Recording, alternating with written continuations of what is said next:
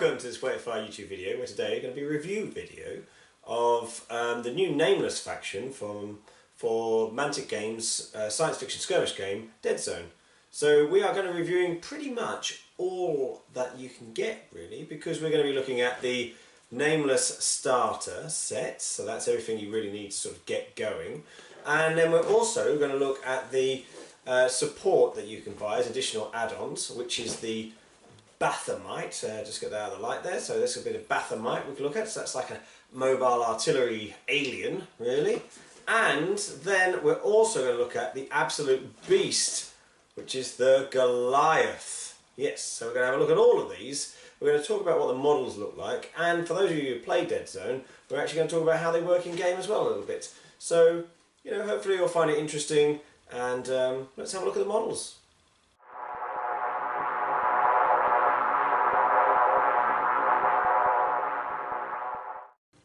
So we're going to start with the Nameless starter set. So this is the only set you can buy with core miniatures at the moment, from the Deadzone range at least. And it's called a faction starter. It's £24.99 British pounds. And I presume there'll be a booster at some point in the future. That's what they normally do for Deadzone. They usually do a starter and then a booster. At the moment though, there's just a starter available, although you can buy some additional bits we'll mention during the course of this video. But you do get a lot for your money in here. You get this whole, everything that's on the front here as well, obviously, which we'll talk about when we look through them in a minute. And like I said before, this is a brand new faction to Deadzone, and will presumably at some point go into their other wider Warpath universe things as well. So it comes in a standard sort of glossy cardboard box. You can see the miniatures that you get inside the box here. So we've got a number of different ones. We've got the Tentaculus here. This is a leader model. You get some assassins. You get 2 of those. You get 1 carotid. This is actually a resin model, so most of the models in here are PVC, but some are resin. The resin ones are the carotid and the tentaculus, and also these needle drones, which you get 4 of those in here. These are sort of flyers that also have psychic abilities. You get 4 scuttlers, and well, you get 2 of each actually. 2 scuttlers and 2 of these sort of octopus-like incas. You get 2 ogres, these very large sort of crab-like creatures, and then you get 2 each of the riflemen and 2 each of the gunslingers. And these use special sort of weapons that tag enemy models so that they're sort of more attractive for your faction to go and attack them. So let's have a little look at the models themselves.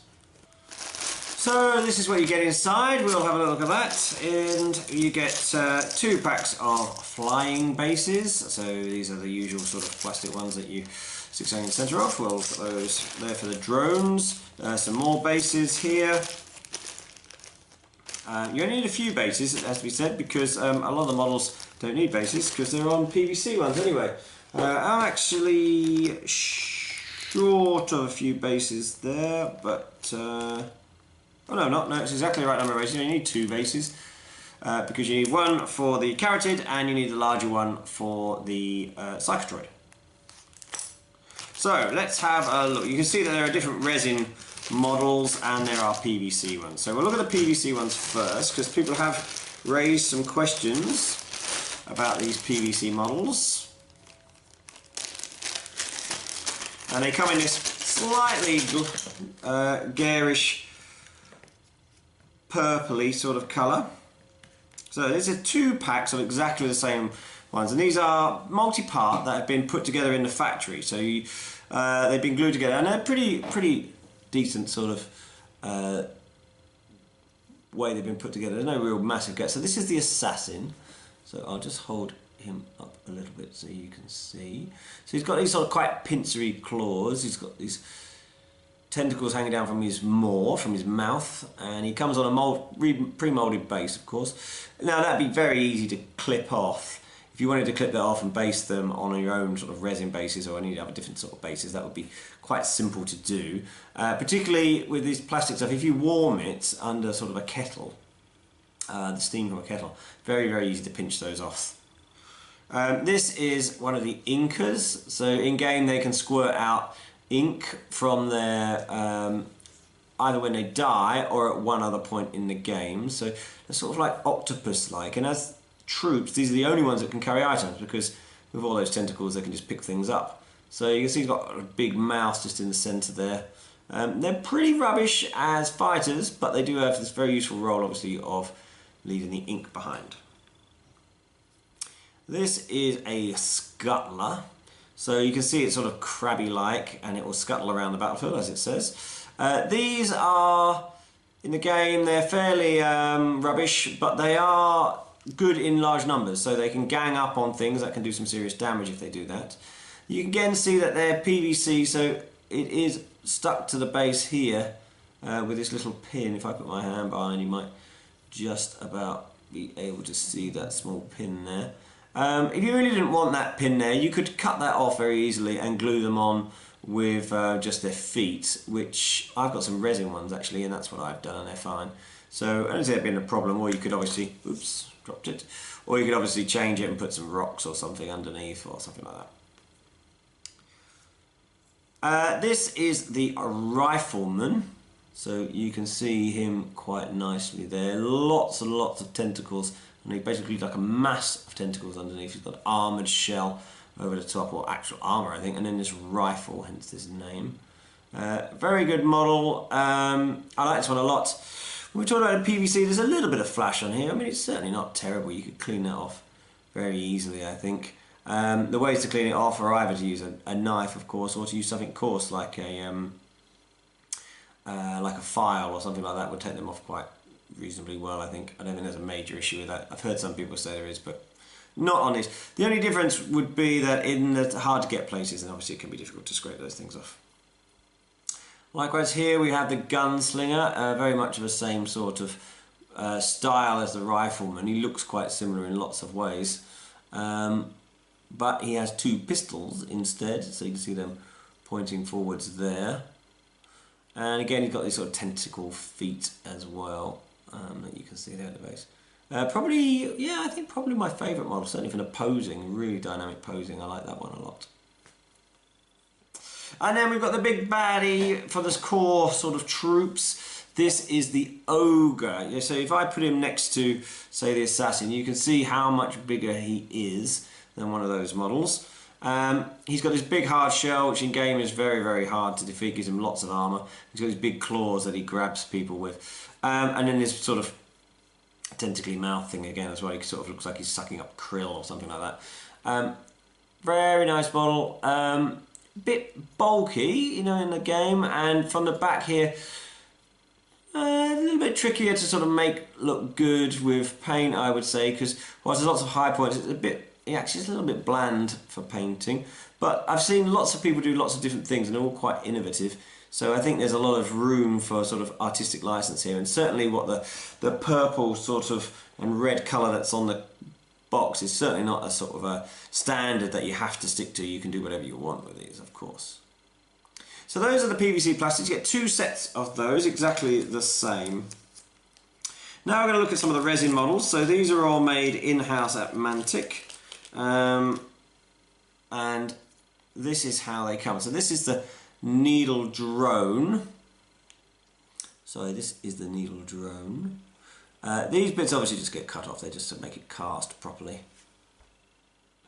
And you can see at the front, if we look at that, it's got this sort of wide splayed mouth with tentacles coming out. Sort of based on a fish, I think, actually. And this sort of fan up the top there. These things are sort of psychic scouting drones. And there's a little bit extra to them as well, so these little bits here, two sets go on either side. You can see where there's a small hole here for them to go in. And these obviously have a flying base underneath, which will go up there. And there are 4 of those in core set. Now 4 is perhaps actually more than you really need. I can't see many people running 4 on a regular basis But that's what has been decided to go in the box, so you certainly are unlikely to need any more, I would suggest. So now we have the Tentaculus. Okay, so this Tentaculus comes in parts. I'll put this together in a moment so we can see what it looks like. There are some legs, 3 legs randomly. Yeah, 3. Look at those. 3 legs, and they will go into this body here with this large brain on the top. So we'll have a look at that up there. This is the brain part. This is the brain part up here, and you'll be able to see some pictures of these online. And then we have the face part, which is a mass of tentacles, really. So we'll be able to see that attached in a moment. Go on there. Okay. And he's a leader, actually. He's quite a good leader, an interesting different model, and the strongest one that they have. And then finally, you only get 1 of these in the pack, but you can buy them as an additional pack of 2. These are the Caratids. So you can see here that they got these big sort of tentacles out the front, this comb of probably armour and this big tail. They do remind me a little bit of the old Games Workshop Slanesh riders. And then they've got some claws here. A little set of claws that are perhaps a little tricky to go on the back here. They go on like feet there, 2 sets either side. Put those on there. Yeah. And then they have a series of claws coming out the sides here, which again I'll put together and show you shortly. So those are all the models, and we'll see what they look like put together.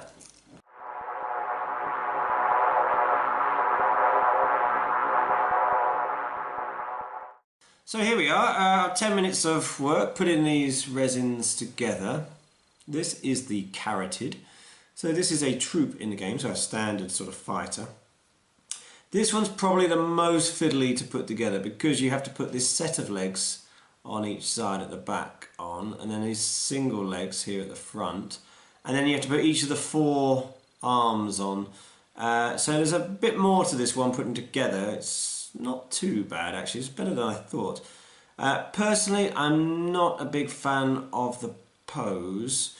Wouldn't be too bad if just 1, but there are several. You only get 1 in the box set, but to run them in the game you may well want more than 1, and so therefore a bunch of models with this sort of pose, yeah, I'd probably try and do something about changing that pose a little if I was running several. But yeah, not a bad model, and I think you certainly would like the fan tail and the tentacles here at the front. I think you could probably do a lot of interesting things painting this one up, and yeah, it's pretty good.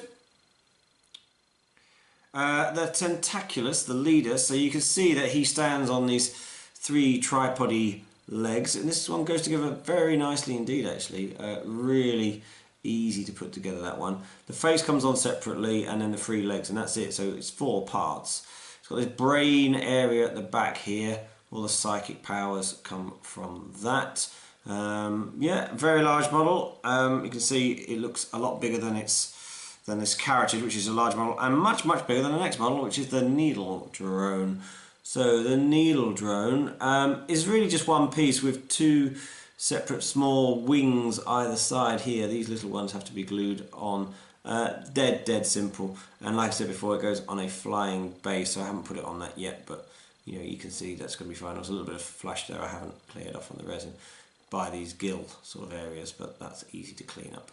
And so yeah, that is all the models from the Nameless starter faction. So in total you get 12 PVC models, 1 Caratid, 1 Tentaculus and 4 drones. That's 16, 17, 18 models in total for £25. Not bad at all, I think, and certainly enough to play Deadzone straight off, or to use obviously for any other game system you like. So next up we're going to talk about a Bathomite. This is an extra single model add-on that you can get. It doesn't come in the starter sets, and that's £15. This is sort of like a living artillery piece. You can see it here again on the back. You get a single one in the box, and there's a number of different sort of weapon options for it that you can use in Deadzone. So this is how it comes in the box. You get an MDF 60mm base. You get the main body, you get 2 giant claws, you get a bit of the face and some different weapon options here, the 2 sprues of legs and a tail and another weapon option here. So a total of 3 different weapon options for the Bathomite. So I haven't decided quite how I'm going to put mine together yet, but so I'm not going to glue it all for you, but you can see here at the top, this is the top, the head is just under here. So it leans forwards like that. You can see that there is where a point for putting the different weapons on comes, and these are different weapons here, so they will plug straight into that. We'll have a look in 1 second at those. So this is just one of the weapons. You can see it attaches there. Doesn't look like it's particularly cleanly cut there, so I'd probably have to chip off some of the resin to get that to fit on nicely. Another option would be here, this crystal cannon. You can see how nicely that goes on. That's not a problem at all. And what this actually is, this hub really is sort of drilled into the back of this Bathomite and into its neural cord. So that's how it sort of works. You could easily magnetize this, I think, so you could have weapon options changed on and off. And that's probably what I'm going to do because you change what weapons you want to use in the game quite often. So that's probably sensible to do that. Okay, so another 10 minutes and there is our Bathomite. So he's not the biggest in some ways, and if you leave him sort of, you'd have to, I think the way he's been cast, you'd have to sort of have him rising up on something a little bit, otherwise his face lies very close to the floor, as you can see. I'm going to try it on the base here. There you go, so you can see him on the base. He's actually quite low to the ground, like he's sucking stuff up off the floor, I guess, which isn't too bad a pose. So the way they posed him on the brochure is sort of to have him rising up a little bit more like this, which is pretty good, a bit more aggressive, particularly if you had some sort of model underneath that he was crushing or something like that. So this is an all resin piece. You can see I've put it together here with the 2 big claws. It's also got these tentacles at the front, you can see in profile there. The tail's separate, and then 6 legs. Now they're a little bit fiddly to work out which ones go on which side, but they're not that bad actually. Just takes a few minutes to practice that. And like I say, I think if you were to magnetize these, you'd get the different weapon options on quite nicely. So there's one there. This is the sort of bombard sort of cannon one. There's the actual sort of crystal cannon. So yeah, there's a few different options there, and yeah, overall a very nice model actually. Not quite as big as say a Strider. If you put him next to the Ogre, you can see they're not that much different in size. In game he's slightly bigger than the Ogre, but you know, otherwise they're very similar actually. So yeah, nice one.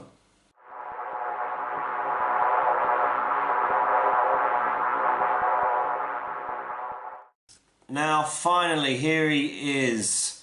This is the Goliath.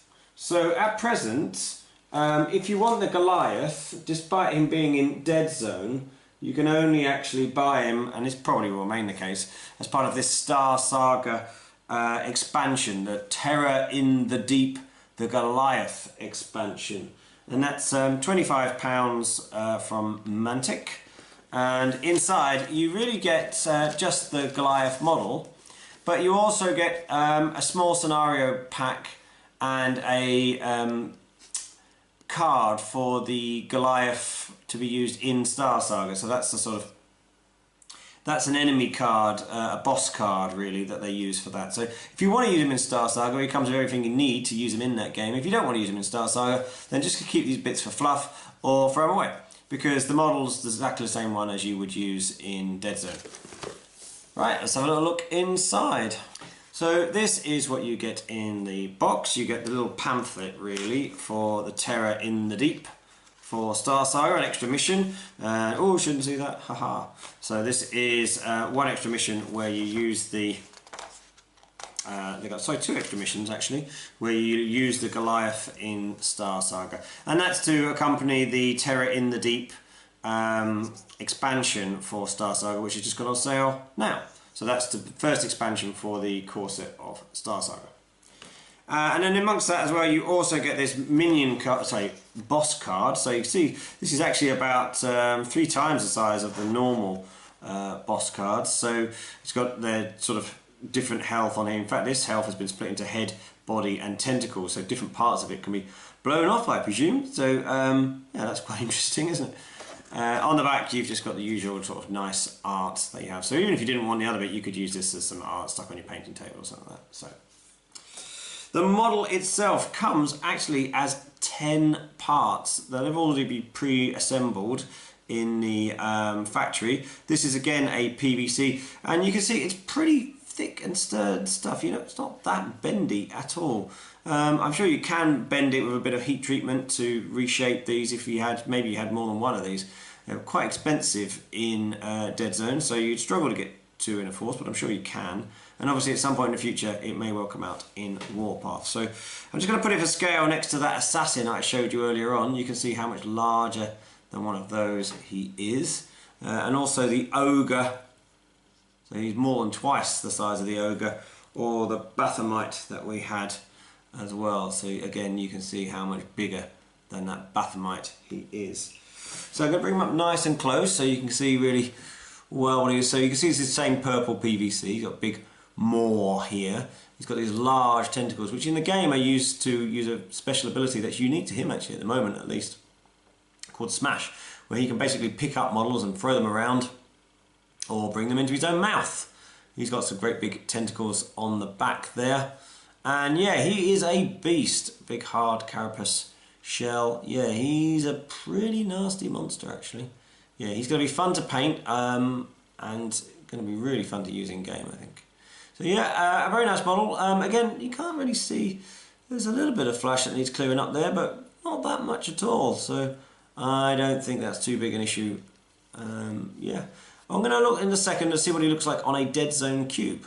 So here we are on a Deadzone mat. This one's actually from Deep Cut Studios, so you can do this, get this grid put on. They very kindly sponsored WAFCON, our event on the 15th, 16th of September. So this mat will be given away with that, but I'm using it as an example. So you can see in this 3x3 cube, I'll move it forward to this one actually, you can see how the Goliath just about fits in. And you can fit this Goliath as well onto a, just about onto a 60mm base there. So you can just about fit him on there. His tentacles are obviously hanging over. In tight terrain, you know, buildings like this, yes, it's going to be a bit tricky to move him around and get him positioned nicely in that game. But, you know, he's such an iconic model that how could you not include him in a Nameless faction? He is absolutely amazing. So I hope you found that an interesting review of the new Nameless faction for Deadzone. Please go out there and have a look at Deadzone. It's a fantastic game, plays very quickly. You can have loads of cinematic moments in it. It's very easy to pick up, but quite difficult to master. And the Nameless faction really do change up the game quite a lot. So they are really sort of a different take on what goes on in Deadzone. So thanks very much for watching again. Please like, comment, subscribe, follow us on the Weight of Fire Facebook page, and listen out for the Weight of Fire podcast. So thanks very much again, guys. Take care.